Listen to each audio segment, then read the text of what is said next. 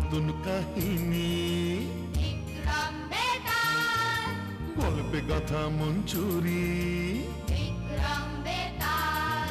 সবার মনের রূপকথা, স্বপ্নেরই ঝরা পাতা।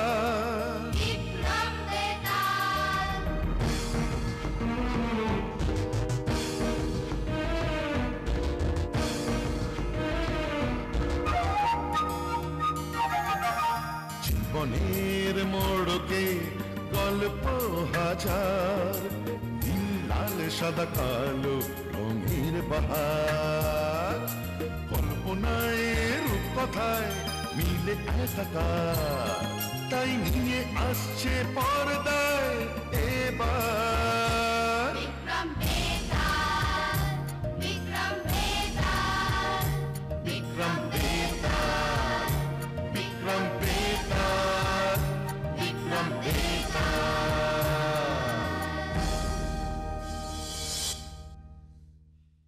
চিত্রপুরের এক ছোট্ট কৃষক পরিবারের কর্তা ভরদ্বাজ, তার 3 পুত্র।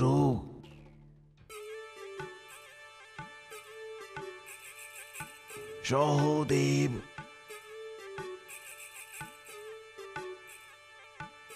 মহাদেব ও ভূদেব।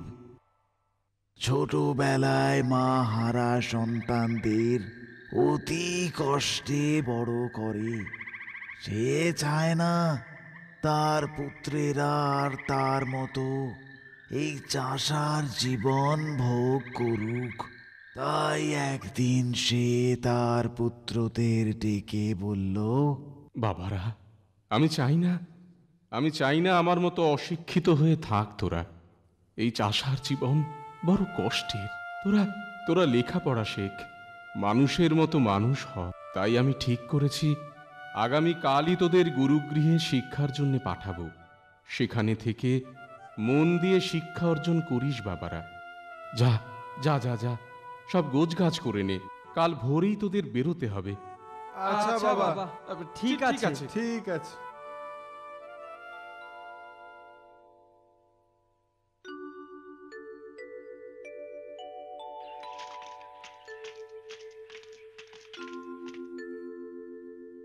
এসো বাবারা, এসো। 1 বৎসর কাল তোমাদের খুবই কঠোর অধ্যাবসায়ের মধ্য দিয়ে যেতে হবে। কোনরূপ ফাঁকি দিলে কিন্তু চলবে না। না গুরুদেব, কোনো ফাঁকি দেব না। আমরা খুব মন দিয়ে পড়াশোনা করব গুরুদেব। বেশ বেশ বাবারা, বেশ।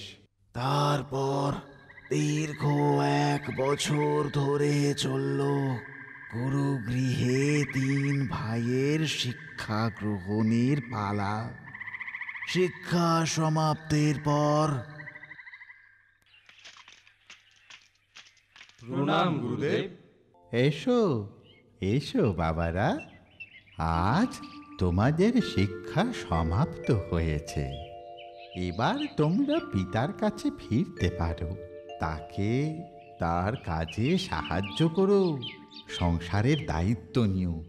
বৃদ্ধ পিতাকে এবারে বিশ্রাম দাও তোমরা। কিন্তু গুরুদেব, পিতা যে চান না যে আমরা তার মতো চাষার জীবন ভোগ করি।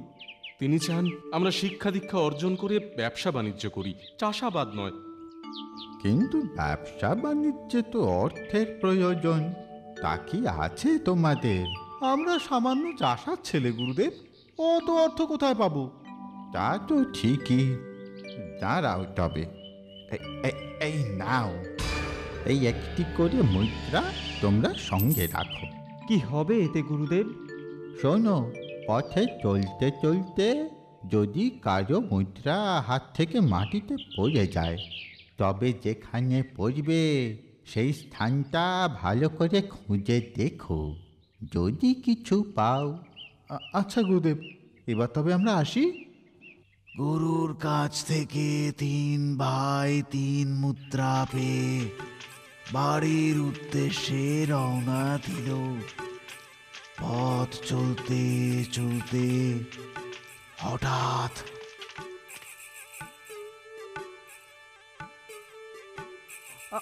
আরে আরে আরে আরে এই যা পড়ে গেল মুদ্রাটা। কোথায় পড়লো দেখো। এই যে এখানে পড়ে আছে। দাদা সে কি দেখ, গুরুদেব বলেছিল না যার মুদ্রা যেখানে পড়বে সেই জায়গাটা ভালো করে খুঁজে দেখতে। হ্যাঁ হ্যাঁ, চল দেখি দেখি।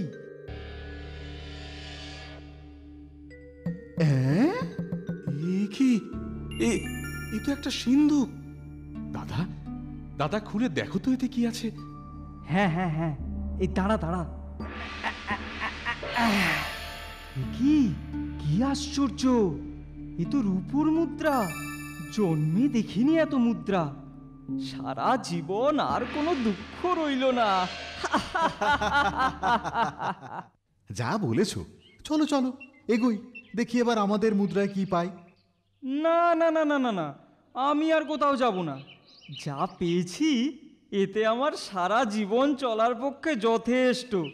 তোমরা যাও, আমি এখানেই সুন্দর বাড়ি করে থেকে যাব। বটে, ঠিক আছে তবে থাকো তুমি, আমরা চলি। কই চল রে ছোট, চল। হ্যাঁ হ্যাঁ হ্যাঁ, চলো চলো দাদা চলো।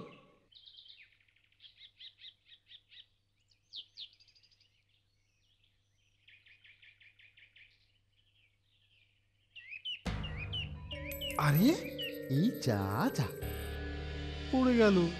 শিগগিরই দেখো দাদা, তোমার ভাগ্যে কি আছে। হ্যাঁ হ্যাঁ দাঁড়া।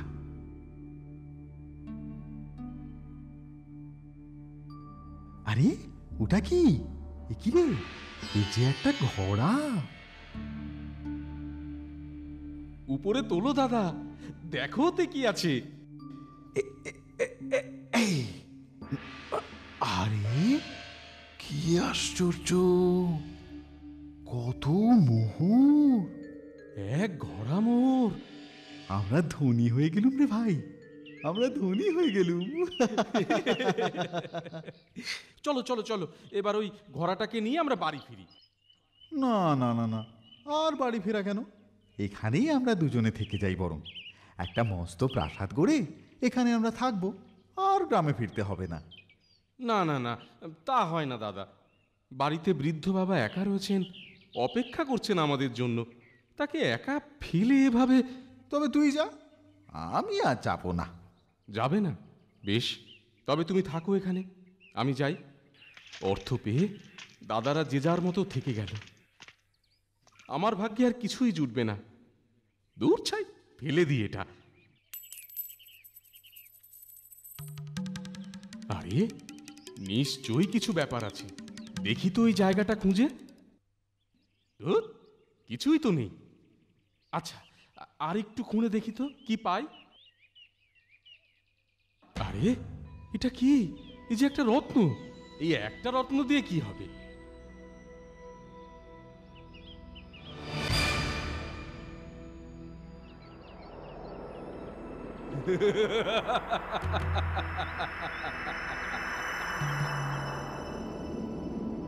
কি আদেশ আছে প্রভু?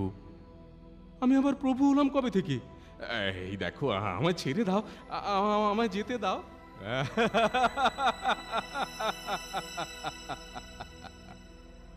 ভয় পাবেন না, এই রত্ন যার কাছে থাকবে আমি তার দাস হয়ে থাকব।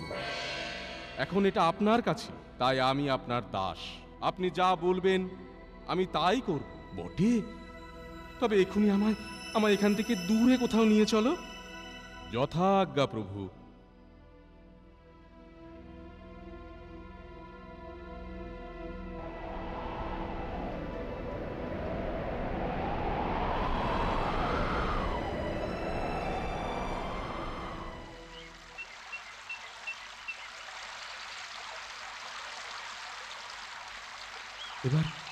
এবার এখানে আমায় একটা সুন্দর প্রাসাদ গড়ে দাও।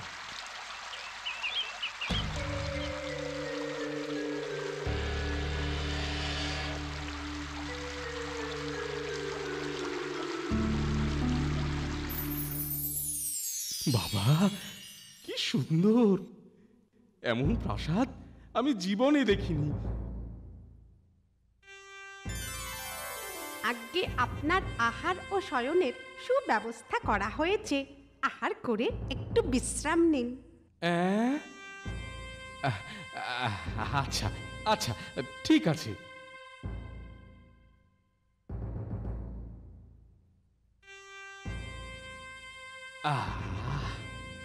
জব্বর খাওয়া হলো। কত খাবার! এমন সব খাবার আমি আমি জন্মে খাইনি। আহ, আহ, এবার এবার একটু শুয়ে নি।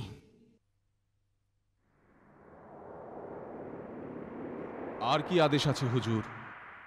এই সেরেছে, আবার এসে গেছো? তবে শোনো, আমার বাকি ভাইরা কি করছে একটু দেখে এসো তো। এখনই দেখে আসছি প্রভু। বাবা, এই সুযোগে একটু শুয়ে নি।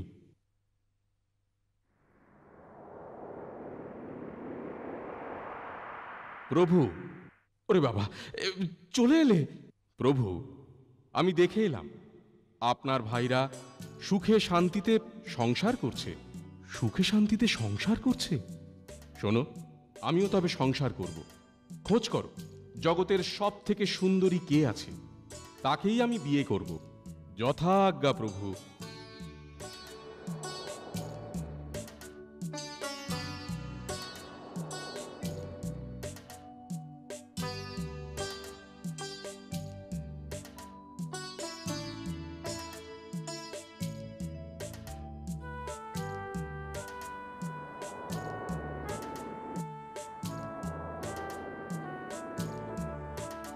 প্রভু, অচিনপুরের রাজকুমারী চন্দ্রিমা অসাধারণ সুন্দরী। এ জগতে তার মতো সুন্দরী আর নেই। তবে এখনই তাকে নিয়ে এসো। আচ্ছা প্রভু।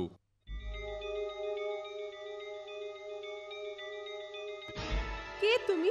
ছাড়ো, ছাড়ো আমায়, ছাড়ো, ছেড়ে দাও আমাকে।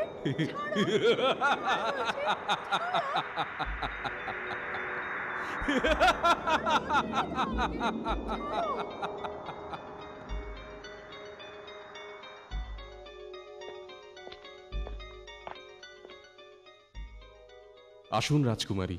কে আপনি? আমাকে এখানে ধরে এনেছেন কেন? আমি এক সামান্য চাষির ছেলে। আমি আপনাকে বিবাহ করতে চাই।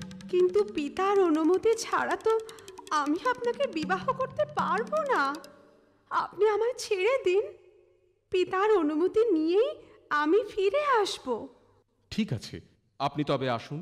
যাওয়ার আগে আমার এই সামান্যটুকু গ্রহণ করুন।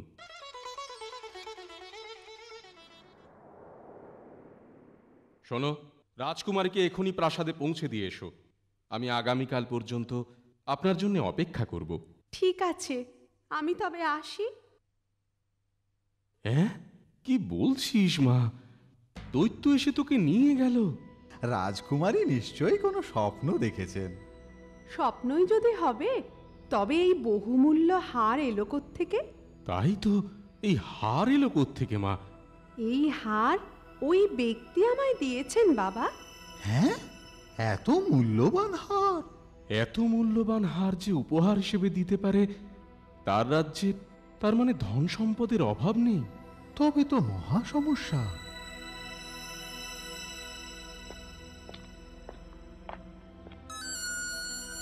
কোত্থেকে ওই ছেলে এসে আমার সব ইচ্ছে জল ঢেলে দিল?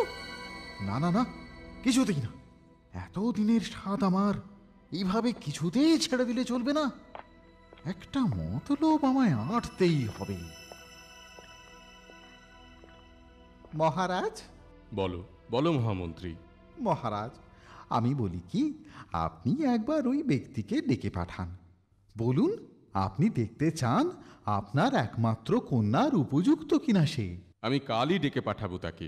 শোনো, তুমি গিয়ে তোমার প্রভুকে বলো আগামীকাল আমার পিতা তার সাথে দেখা করতে চান। ঠিক আছে রাজকুমারী। কি, মহারাজ দেখা করতে চান আমার সাথে আগামীকালই? ঠিক আছে, ঠিক আছে, যাব তবে। আগামীকালই আমি যাব।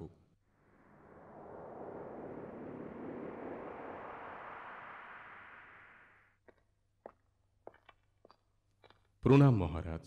আসুন আসুন মহাশয়। আপনার নাম কি? কি আপনার পরিচয়? মহারাজ, আমি এক সামান্য চাষির ছেলে। আমার নাম ভূদেব।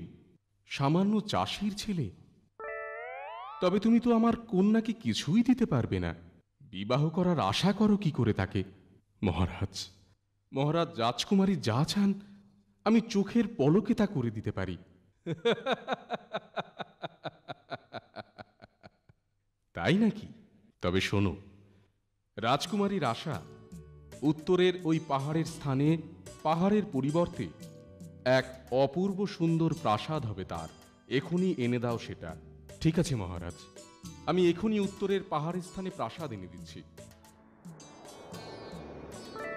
বলুন প্রভু, কি আদেশ আছে? শোনো, উত্তরের ওই পাহাড়ের স্থানে একটি সুন্দর প্রাসাদ গড়ে দাও। যথা আজ্ঞা প্রভু।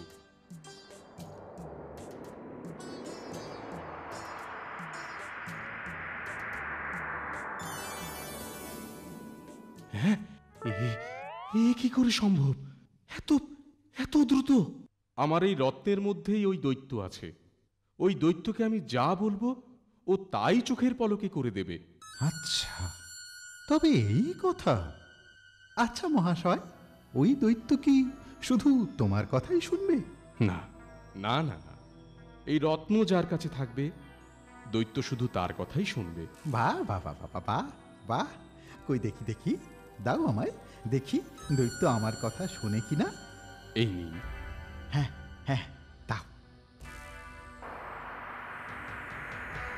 বলুন প্রভু, কি আদেশ আছে? শোনো, এখনই মহারাজ আর ভূদেবকে উত্তরের ঠান্ডায় রেখে এসো। যথা আজ্ঞা প্রভু। ও ও, কি ঠান্ডা রে! বাবারে, জমে গেলাম। ও বাবা, কি শয়তান মন্ত্রী! ও বেটা বচ্চাত! এসো এসো রাজকুমারী, এবার আমরা চটপট বিয়ে করে ফেলি।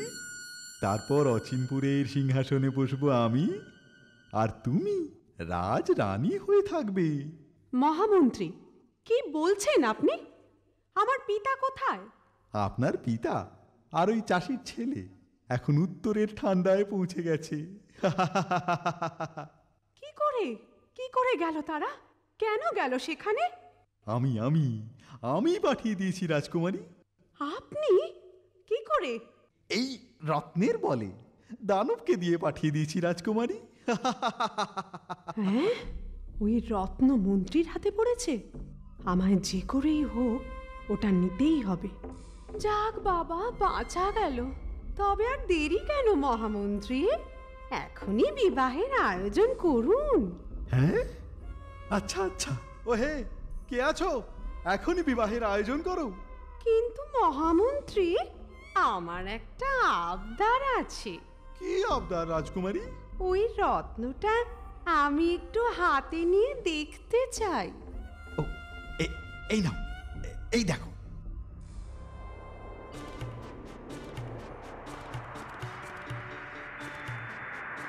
আদেশ করুন প্রভু। এখনই এই শয়তান মন্ত্রীকে পায়ে 20 মণ পাথর বেঁধে মাঝ সমুদ্রে ফেলে দাও। যথা আজ্ঞা। ক্ষমা করো রাজকুমারী, আর কখনো এ ভুল হবে না রাজকুমারী, ক্ষমা করো।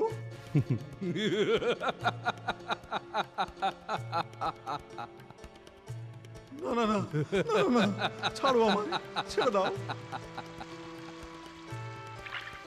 বাঁচাও, বাঁচাও। এবার এক্ষুনি আমার পিতা আর ভূদেবকে এখানে হাজির করো। যথা আজ্ঞা।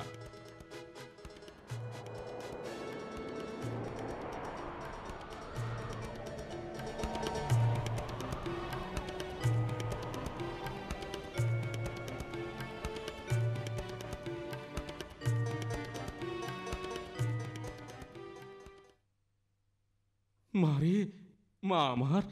বাবা, বাবা! আমায় আমায় ক্ষমা করবেন মহাশয়। আপনি আমার কন্যার উপযুক্ত পাত্র। আমি এখনই আপনার সঙ্গে আমার কন্যার বিবাহ দিতে চাই। ঠিক আছে, তবে রাজকুমারী, ওই রত্নটা আমায় দাও। এই নিন। আদেশ করুন প্রভু। এই নাও, এটা গভীর সমুদ্রে ফেলে দাও। এর আর কোনো প্রয়োজন নেই আমার। যথা আজ্ঞা প্রভু।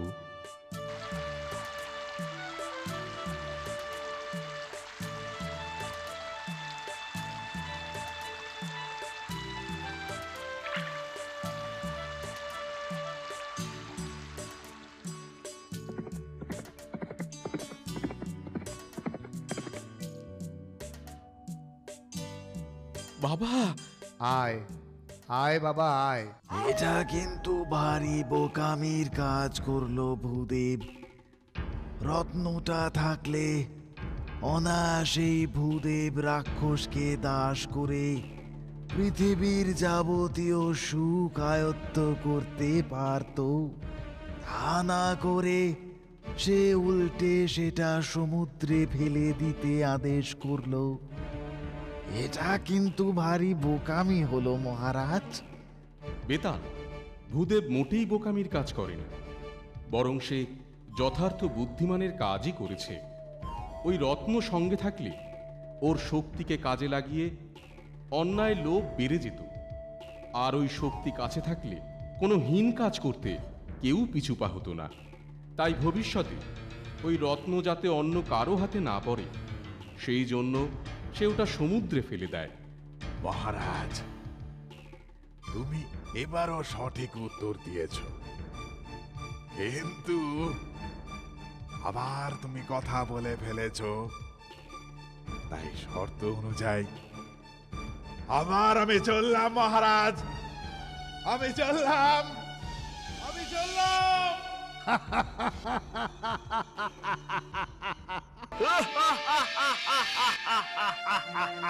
বেতাল, বেতাল যেও না, দাঁড়াও দাঁড়াও, আমি আসছি বেতাল, যেও না, আমি আসছি বেতাল।